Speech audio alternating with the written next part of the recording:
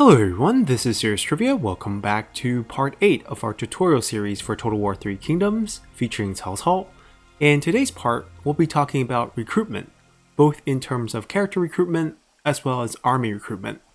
So in our last part, we finally moved on to turn 2, which is where we find ourselves, and the first thing we should notice on the beginning of any turn is to check if there's any notifications on the left. And here we can see we have something called character development and faction development. Character development shows all the new characters that are people of merit, or basically characters that has left a faction and joined a recruitment pool for your faction. So these 4 characters we see here are characters who are willing to join us and become our generals should we pay the price. And there's 4 of them. There's 2 places where we can check these. On the notification here, or we can go into our court menu where you can see them under the candidates. They're the same 4 generals, and the best place in my opinions of checking these are actually on the notification panel for one reason, because you can actually use that panel to pull up their information. Over here, all you can see is that each of them will cost you 1,000 copper. This is a flat amount that is shared among all factions, except for a few that use their faction unique resource to recruit generals. Those are special cases. Aside from those, everyone have 1,000 cost to recruit new generals from their candidate pool. Now these characters have decided to join our pool, which means we're the only faction that can see these characters and recruit them. They could also be in a few other pools. It's possible. So right now, they could be available to you and potentially a few other AIs, but not all of them. That also means there are other characters running around the map in other AI factions pools. Now, what determines who is going to be in whose pool? Well, some of the deciding factor is fondness. There's historical fondness in the game, programmed in on characters who are historically part of your faction's pool, and they will most likely join you if they are liberated from their past faction, or if their current faction gets destroyed and they become sort of these unlanded characters who could join you. But pretty much if you see them here, you have at least 3 to 4 turns where they are exclusively yours, which is what I mean by they're only here right now. But if you don't recruit them, they will make themselves available to other factions, and then you might lose them, and they could get recruited to other characters. And there's a lot of factor to consider when recruiting new characters. One is need, because not only are we paying 1,000 up front, we have to pay their upkeep. There is a salary on characters, and if we don't need them, then there's no reason to expand our current court by recruiting them. Now, how do we determine such a need? Well, characters are used for a couple things. They can be used in armies, they can be used at court, they can be used as potential administrators, they could also be used as assignment characters. If you're playing a faction where your court is very small, and you don't actually have enough characters to use as these roles, then perhaps you want to expand your court. In our case, we have quite a few members currently sitting on the bench or at court and are not being utilized. So we don't need characters in essence, but we are missing one class of characters, and that's in particular the strategist class. So we could use a strategist, and we see that there is a strategist here available in the candidate pool in Cai Yong, who we can see here is given the background title of Ritual Master, which is unique because it offers 30 points of stat. We mentioned this when we talked about Know Thyself, that if the background provides more than 15 points, then it's unique. In this case, Ritual Master is unique, as Cai Yong is quite important historically, but the issue with Cai Yong here is he is rather old at 58. We talked about how once you hit 60, the chance of death start ticking, and you could die at the beginning of every turn. So in that sense, it's kind of risky to recruit him because he could very well die on us starting about 10 turns out from now, because he's 58, 10 turns would be 2 years, and once he hits 60, there's a chance for death at beginning every turn, so there's that risk. Additionally, we see that he's level 4. While this might be useful if we use him for armies, we also talked about how satisfaction work, and the higher your rank is, the more desire you have for office. Therefore, it might be difficult to keep him happy within our faction. Then we can see his items. Nothing fancy, everything is the default item because there is no circle around them. And he only has 3 item slot, the default item slot for weapon, mount, and armor. You can see his stats below. And then you cannot see what army he has, and you cannot see his skills, but you can come here in relations and see his traits and past loyalties. Now, past loyalties is actually quite important in determining a very important factor when you consider recruiting, and that is this character a spy? And there's a few good ways to check. So in that aspect, first thing you can check is whether they have this eye symbol in front of their name. The eye symbol, or the espionage symbol, is telling you that this character is willing to spy for you, which means after we recruit him, and if we have a spy slot open, we can use him as a spy. There is no such thing as double agents in the game, so if they're willing to spy for you, that's safe to say they are not currently a spy for their former master, which you can see from past loyalties. These 2 characters, on the other hand, could be spies sent by their past faction. Now, there is something you could do to check if that's indeed the case, and that's to check if they have any grudges against their former faction, which you can't really see here. You can only see that they worked for this faction, and you can see their traits, and that's why I think this screen is actually a terrible place to recruit characters. Because if we close this out and go back to the notification, we can see a similar information by clicking on them with a left click, but instead, if we right click on the character, we can actually pull up their panel. And here, even though we can't see weapons, we can see that in the court screen. We can't see that in the panel because we don't know this character. We can still see all the other information. We can see his background title, what it does. We can see that he's willing to spy for us. We can also see he has a grudge against his former faction, and it says here that their leader has banished them, leaving them humiliated and outraged, and that's how you know he's not a spy. And then you can check his past loyalties, check his age. This satisfaction does not count because this is when he's unlanded, so he is only satisfied with himself. Once he becomes a member of your court, this will change, reflecting his opinion of you, and it will actually drop quite a bit because of his high rank, which we talked about.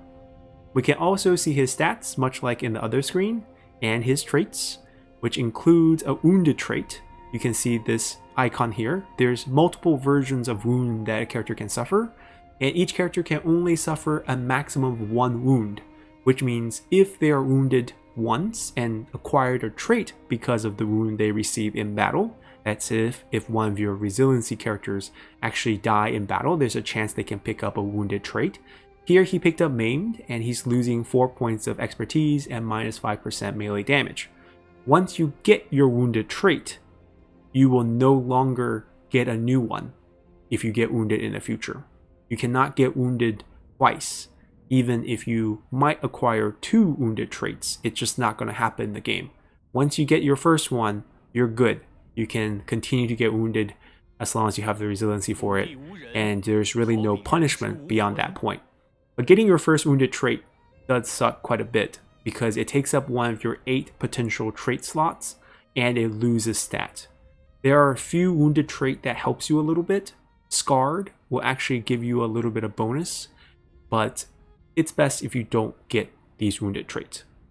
And most importantly, this panel shows you his skill tree, which is actually vital when considering characters because you want to check what bonuses they're getting from their skill tree, and that determines what you want them to do. So for example, if I'm looking for a character who could be an administrator, I look at his skill tree, he has the 2 skills that will boost income as administrator. 40% for commerce, silk, and spice from scholarship, and 15% from industry from intuition. Therefore, he'll be a wonderful character if I'm looking for administrator. So this is something you can't see in the other screen. You can also flip to military to see his current retinue, to his stats. You can also check any relations, even though if you have not met those characters, you can't see them. So this is a very useful screen. You can also check if they're married or not here, because the spouse will be over here. And if you hover over themselves, you can see what type of personality he liked, and most importantly, what type he disliked. So that can help you determine whether he will get along with your faction leader or certain people in armies that you might want him to join. But there's actually a better way to do this a bit later. We'll cover it when we talk about army recruitment. So this is a great way to check characters. Do not right-click this notification and dismiss it, because if you get rid of this, you can't check this anymore. You can only check these information on the turn they appear, because next turn, these characters will still be in your recruitment pool, but this notification will be gone. So on the turn that you get the notification, definitely right-click on each of these characters and take a look at their build to see if you want them. And you can check their background. This one offers 15 points, therefore you know this is a generic character, so perhaps you'd be less enamored with recruiting her. And then you can continue with our next character. Now this one says local hero, also 15 points, so once again another generic character. And generic character here just means there are other characters in the game with the same background title. It's a repeat. It's not unique, you get slightly less stat, and because of that, you are weaker. So there's not much to say about that. So the few things you should check are items that they have, because you could recruit them for those items, skill tree that they have for the bonuses they can offer, traits that they have to see what bonuses that can offer, and you can actually check pretty easily by using the same effect menu that you would do with your own characters to kind of see what role you might want to have. If you want him to be one on your court as a Prime Minister Arrow faction leader, check his bonus here. If you want him to lead the army, check his retinue bonus, check his when commanding bonus. If you want him to be administrator, check his administrator bonus. They will summarize everything that makes up that character in terms of background, in terms of traits, in terms of skill. All the bonuses will be listed together, and this is a great place to actually take a look at these things when determining if you want to recruit the character or not. And then lastly, we have one last character here to take a look at. Officer, also very generic background, and the traits are okay. I mean, most of these characters are okay. You see here, this is important. She has a grudge against their former faction. They left because of dissatisfaction. So she was dissatisfied with the faction leader to the point where her satisfaction dropped to 0 and she left. And that left her a grudge, even though she voluntarily left. The first character we saw, Cao Cao, was actually banished, which means the leader kicked him out. But if you see this grudge, you know automatically she is not a spy. Because you know how she left. She wasn't sent out as a spy. So in this case, if you're worried about spying, this is safe to recruit. Whereas this character, you don't see that. So there's always a chance he is actually spying for Ying Shao and trying to join your faction. And recruiting a spy could be very damaging, because they can perform spy actions on your faction once you allow them in. So this is a very key check. I tend to be very paranoid, and if I can't confirm they're not a spy, I basically do not recruit unless they're extremely strong and powerful. Then I will take the chance, because there are ways to turn enemy spies against their master. By boosting their satisfaction to 100, you'll actually get them to betray their former master, and then they will be joining your faction permanently, and that's the outcome you want with good characters who could potentially be spies. So we pretty much checked out all 4 characters. I didn't really pay too much attention to them because I know they're generic, so I know they're not going to be super useful. And the last thing to check, just hover over each one to see if they have any good items. In this case, we see they all have default items, so that convinces me we can bypass it. Now, Cao Cao is not bad. He's only bad because he's 58, which I'm holding against him, so I'm not going to recruit him. Now, hopping back to our next step, we can talk about army recruitment, because we're about to fight this battle here, and we could use another general, not because we need help, but because we could give him a chance to fight and gain experience, as one army can have up to 3 generals, each with 6 retinues. So we're kind of wasting a slot by not using a general, and we do have a lot of spares currently sitting on our court doing nothing. How do I know they're not doing anything? Well, if they're doing something like Cao Ren, who I sent on assignment, you see that little hammer has appeared, and if I hover over it, I can see that he's currently supervising construction inside Chen, which is what we sent him to do. So, in a sense, we kind of want them to do something. At least our wife is our heir, so Xiahou Yuan and Yuan Huan, one of them should come out and fight. In particular, Xiahou Yuan here. Yuan Huan is eventually going to be our administrator because of his awesome background. That's why we're going to save him for that. Xiahou Yuan can come out and help us fight, and something that affects them when they're on the bench and doing nothing is something called lack of purpose, which is a growing negative factor. It will grow by 2 points every turn that they're not doing anything, to a maximum of 20. So if you want them to do something, send them to battle, send them on assignment. You can see he's on assignment, so he actually doesn't have any lack of purpose. If I want to get rid of it on him, I can't just give him something to do. Once he has something to do, lack of purpose will only drop by 2 points, much like how it increases by 2 points when you have nothing to do, and slowly it'll go back down to 0. So that is something you have to look out for. Our heir has the job of being heir, so they're not going to be lack of purpose. Yuan Huan is going to acquire some lack of purpose until we can give him a good job to do as administrator. He's currently level 1, so it's not like he's going to complain very much. General discontent comes from the fact we're playing on legendary. Xiahou Yuan here has -6 for desire for higher core position because he's rank 2. Each rank increases that by 6 points. So we want Xiahou Yuan to join the army. So we can use the recruit button here. And if we click on this big general slot, we have up to 3, so we have 1 available here. We can see all the generals we can put in here. You can see this check mark here for harmony, which is a topic we talked about when we were looking at his relationship. And what we can see here is he doesn't get along with one of our generals, so that's why it's an X and a check mark. He likes Cao Cao, but dislikes Xiahou Yuan for some reason. Probably because Xiahou Yuan tends to be more martial focused, and this is a strategist who might be more scholarly, so they don't get along. And you can check that with all the characters. Now, why do you care if they are harmonized or disharmonized? Well, the reasoning here is if you have harmonized characters and they do battle together and spend time together in the same army, they could develop a friendship and eventually become oath thorns, and those will grant bonuses in battle, which we already seen. If they don't get along together, then there's a chance they'll develop into rivals, and that will grant us an offensive bonus. So it's not like seeing this X automatically disqualifies him to be in the army, but you do have to keep in mind, if they don't like each other, it will be reflected on their satisfaction. Xiahou Dun and Cai Yong will tell you they have someone they don't like nearby, and it will be a negative factor here. So if you have trouble dealing with satisfaction, especially in the early game, you might want to avoid putting characters who don't like each other in the same army. So with that being considered, what we want is Xiahou Yuan. And what we need to pay attention aside from the check mark is these costs. So first thing is a recruitment cost, which really should translate to something called redeployment cost, because we technically already paid for his retinue.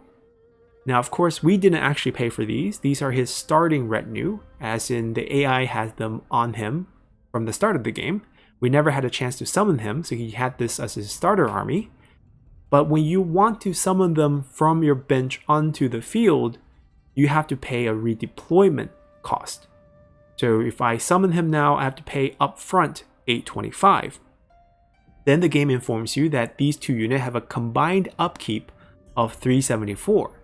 Now you might be wondering, it says 220 here, but that's because it hasn't been discounted by our faction bonuses or character bonuses.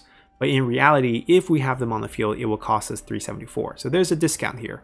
Together, they should be 440, but we are enjoying some sort of discount that will put them at 374. It's accurate here, so follow the numbers here. And then this is our character's current satisfaction, just in case you need to check if you want them out just for lack of purpose. a lack of purpose to get rid of their lack of purpose. And this cost, the redeployment cost here, is something that we have to talk about, because redeployment is one of these game mechanic that is actually really interesting. In Total War 3 Kingdom, while units, retinue units, will come onto the field not fully replenished, because we talked about how the replenishment system in Total War 3 Kingdom goes from a mustering system, as in 1/8 of your troops will be made available to you at the beginning of recruitment, and they will slowly replenish to full. Generals do not follow by that rule. When you summon a general onto the field from your court, they become fully healed right away, ready to fight. Therefore, in essence, you can voluntarily send a general back from your army to your court, and then resummon him next turn, because there will only be a 1-turn cooldown, and he will be instantly healed, because from court to battlefield, full health. The retinue will not. So in essence, if we disbanded all his retinues and made him a solo general, then he can be healed every turn, essentially, as we can send him back, summon him out, send him back, summon him out, and that's a great way to heal your generals in the game.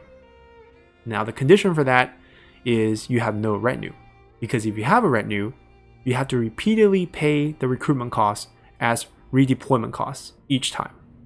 Whereas if you keep them on the field, you only have to pay the recruitment cost once and pay upkeep every turn. Whereas here, every time they're resummoned from court, you have to refresh and pay the recruitment cost as a redeployment cost. Why am I calling it redeployment cost? Well, that's what it is, and also that's how the game refers to it. As if we go look at one of the skills that Cao Cao has in terms of flexibility, it says minus 25% redeployment cost if character is Prime Minister, Heir, or Faction Leader. This is talking about the cost of resummoning your retinues from a general that is currently on your bench or in your court. This gives you a bit of saving, and this stacks. So, flexibility on Cao Cao as our Prime Minister, Leader, or Heir gives this bonus. Cao Cao actually has another 25% on his background title. So all the costs we're actually seeing here are half cost. So it would be around 1,650 to summon these 2 cavalry, and we can double check that by taking a look at their costs here. You see these cost 602, which is actually not their true base cost, because Cao Cao has bonuses on his background that gives 15% recruitment cost discount for cavalry, and he has instinct stat, which will also lower the recruitment cost of this army by 1%.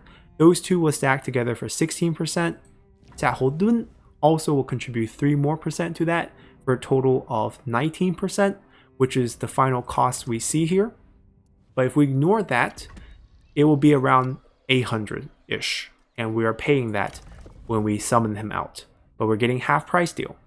Now, if it can go to half price, it can go free.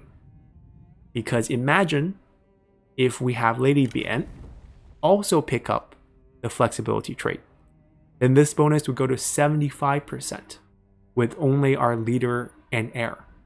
If we get a Prime Minister that has the flexibility trait again, which is available on champions, vanguards, I believe, yes, and commanders. There's always 3 classes for each skill. The skills are repeated on 3 of the 5 classes, always on their primary color. In this case, flexibility is green, so champions always have this skill. And then it's given to 2 other colors, in this case, yellow and red. So if we have 3 characters, including Cao Cao in that role, we can stack redeployment cost reduction to 100%, which then allow us to recall our generals along with their entire retinue, and then when we want to summon them, this cost will always be free. That is very, very strong in this game, because redeployment can happen anywhere on the map. So for example, if we have a late game army, and we've been fighting really, really hard to fight into this corner here, and we conquered all of this, and we finished the war here with the last piece of land, and we won. This is our very experienced army. But then war broke out over here. What options do we have? We have to march over there, which could cost us a lot of time, maybe 8 or 9 turns of just marching on the map. And each of those turns, we have to pay upkeep. That's very expensive. What if, at that moment, we recall the whole army, summon each individual general back to our court. Then, we click on a piece of land closer to where we want to fight. Pretend we click this, and we are asking to raise a new army.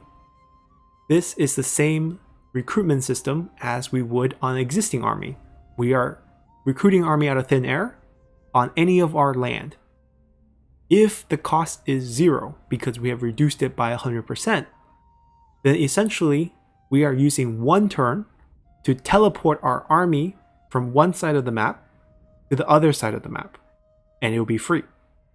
It gives you insane mobility and cost saving in addition to the cost saving of the redeployment, because you don't have to pay upkeep when your units are not on the field.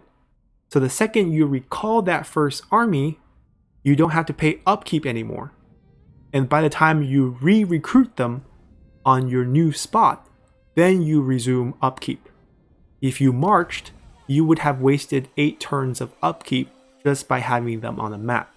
So redeployment cost reduction is actually very important in the game and a viable strategy. Now you might think there's only 3 spots: Prime Minister, Heir, and Faction Leader.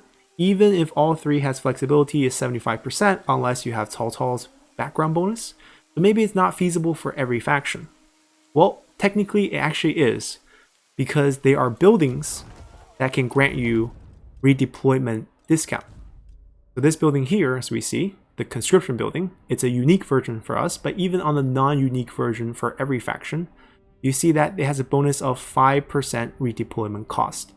This also stacks together with the bonuses you have on the characters, so you can make up for it that way.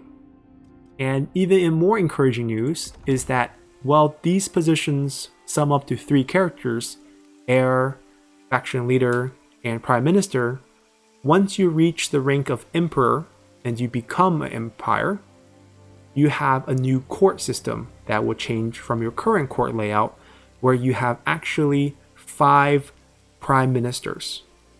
So you have a total of 7 characters because you have 1 heir, 1 leader, and 5 prime ministers. And at that point, it's very easy to find 4 characters with flexibility, and you can have late game free teleportation, which is what I like to call the strategy of redeploying your characters, as they can be redeployed on the very next turn anywhere within your realm, as long as you have territory. So that is one concept about redeployment we are talking about, and we're going to utilize that as we move our army forward. We are going to use this army to attack this. We want Xiahou Yuan to join them. It will cost us a little bit. We can recruit him here. That is totally fine, and we can make a point to do that, but the smarter thing is actually to recruit him at the edge of your realm. You can't recruit once you enter enemy territory. You have to recruit within your realm. We're going to go to the edge here, and when I'm holding this down, you can see your movement cost at the lower left. I can't move my mouse there because or else I have to give up this click, but you see that it says 36% next to the action bar. That means this move will cost us 64% and leave us with 36%. That is actually very important for something that's called battle stances. We'll talk about this very soon as we move. So here we see they're actually here. This actually makes this battle much more difficult, as you see these arrows means they can reinforce each other. This might change our plans. So, why do we move here? Well, we can still recruit, and that's why we saved the recruiting from over here to here, because we gain first more information, and second, we can have the option of not attacking this turn, and the army that we recruit can enjoy a turn of mustering bonuses, which is a concept that we'll talk about once we showcase it. in a second. The thing that I have to cover first is stances. The button here is your current battle stance. There are 3 main stances. Normal stance, which is the one we're in. I take that back. There's 4 main stances because there is normal stance. The regular stance is 1 stance. We're in it. Nothing too special about it. You see, we can fight when we're in this stance. Our campaign movement is default range. Whatever our range should be, that's the range we have. We can fight in this stance. That's very important. And we can recruit and replenish in this stance. And then it doesn't cost us anything to change into this stance. There are certain stances that requires a movement cost to switch. For example, if we want to lay an ambush here with our army, you see that when we're in ambush mode, we disappear from the map from AI vision. We have this range or circle around us, where if the enemy army walks into this circle, it will trigger an ambush battle, which is something that we'll showcase eventually in this campaign, because I'm sure we'll fight an ambush battle. But you see, you also can't do other things. You can't move once you go into ambush. You can't initiate a battle. You're waiting for the enemy to walk into you. And most importantly, it needs to spend 25% of your campaign movement to adopt this, which is why it's always wise to hold down your mouse button where you want to walk, just to check how much movement you have left, just so you have more options. So that's something to consider. Now we moved here. Alright, we have more stances, I'm so sorry. There is a march stance, where you cannot initiate battle, but you gain 50% extra movement. And most importantly, the punishment for this extra movement is you will enter a battle tired. As in, your troops will be tired when they enter battle, and not only are they tired at the start of the battle, that is the maximum amount of fatigue level they can reach. So even if they stand there and rest, they can only be a tired. They can never be fresh. And when you're fatigued, you lose stats. So it's not wise to end the turn in this stance. In addition, if you end your turn in march, which is this symbol right here, he marched, your army cannot retreat. So if the enemy attacks you, you don't have the option to make a run for it. You have to fight them because you're already tired. And the last stance is something called encamp. It will cost 50% of your movement. You will build a small fort where you stand. So if the enemy fights you there, you have a small fort to defend. And you also gain some military supplies in case you're short on supplies. So those are the 4 main stances of an army. We're going to stay on normal because we want to recruit. And the character that we want to recruit might have changed. Whereas we wanted Xiao Houyuan, now I might not want him because of a concept called Night Battle. So if we revisit our strategist here, we see that on his skill tree, he has this skill called Composure. Now, I'm very familiar with the skill tree, therefore I know this is what I'm looking for. But you see here, it enables something called Night Battle. And Night Battle, if we read below, allows you to attack an army at night, and it will diminish their morale, cause fatigue, unless they too are able to fight in night battle. So if the enemy do not have night battle capabilities on any of their generals, then they will lose morale and their units will be fatigued. And most importantly, armies without this ability will be unable to reinforce nearby night battles. So we can isolate an enemy. Why do we want this? Because if you look at this arrow here, implies if we attack them, they will come as reinforcements in the battle. Now, while this is not a bad thing, because I am confident that I can use this army to beat not only this army, combined with this army, and combined with this garrison, but we do have the option to summon a strategist instead with composure skill to isolate them and not allow this reinforcement to happen. So that's just the option we have once we reached here before we attack. Because we selected attack and just went for it, we wouldn't have this option to recruit different generals. Or if we recruit a general here before knowing this, we wouldn't have this option as well. I am rather tempted to fight this together because I want to capture Xun You, so I want to fight him. So dragging him in, and we can see that he has a fort around him, so he's actually in camp stance. If we drag him in, we have a chance to capture him, which is something we want. And because they will be heavily favored by the AI because of how weak we are compared to them, we can maybe even score a heroic victory. So those are all things I'm considering here as I'm thinking about who to recruit. Because I don't mind fighting it out and because Taiyong's not that great, I'm not going to recruit him. We'll follow the same exact plan. We will recruit Xiahou Yuan and we'll pay the 825. And look at our unit here. We have 7 units in this army right now. And then we have 2 green symbols above. Double plus sign means we're not only replenishing, but we're also mustering. 2 different concepts. Mustering happens when you freshly recruit a unit. And the bonus of 10% mustering rate, or 10% of the troop will be recovered next turn, will change depending on how much mustering rate bonus you have from reforms and skills and backgrounds. But essentially what mustering is, it's a one-time bonus on fresh recruits that will last as long as you don't move the army. If I move this army, one of these plus signs will go away. The mustering bonus of 10% will disappear. All the other percentages listed above that sums up to 15% are your replenishment rate. Those will stay. The major factors of replenishment rate are basic replenishment rate, which is set based on difficulty. There is population bonus. The more population you have in the commander you're standing on, the faster you replenish, because replenishment is basically summoning new recruits to join your retinue from local population. Therefore, bigger population speeds up replenishment. Character bonus.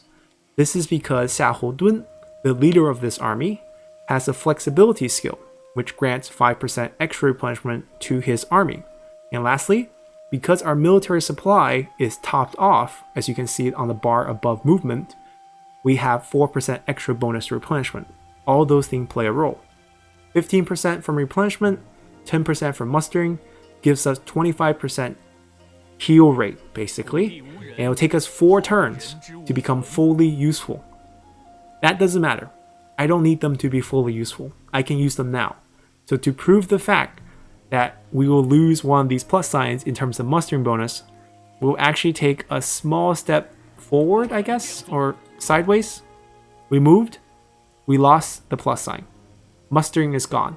Our replenishment rate is now low, 15%, which is reflected by that. And the freshly recruited symbol is also gone. So that's basically what you see. The character here plus the plus sign, they will disappear if you move, and you'll drop your replenishment rate by quite a lot. So usually, if you're thinking about recruiting a huge army, don't move it afterward. Move your armies to the spot you want to do all the recruiting, recruit, have them stand there for a few turns for faster replenishment. We pretty much lost 2 turns because we moved that little bit. So don't move. That's a common mistake people make because they're not familiar with the replenishment system in Total War 3 Kingdom. So why did I move and why don't I care? Is because I actually want to get rid of the cavalry units after this battle. I'll disband them. I don't want to spend the upkeep costs, and I don't really need them. We got rid of the heavy tiger and leopard. We can definitely get rid of some militias. So with the replenishment system, covered, with the recruiting system covered, we're going to be fighting this battle. And we'll be fighting it in the next episode as we try to take on this giant army and try to score ourselves our first heroic victory. So hopefully you guys enjoyed this episode of the guides, and we'll see you guys next time as we try to take Huainan's livestock farm next time. See you then. Bye!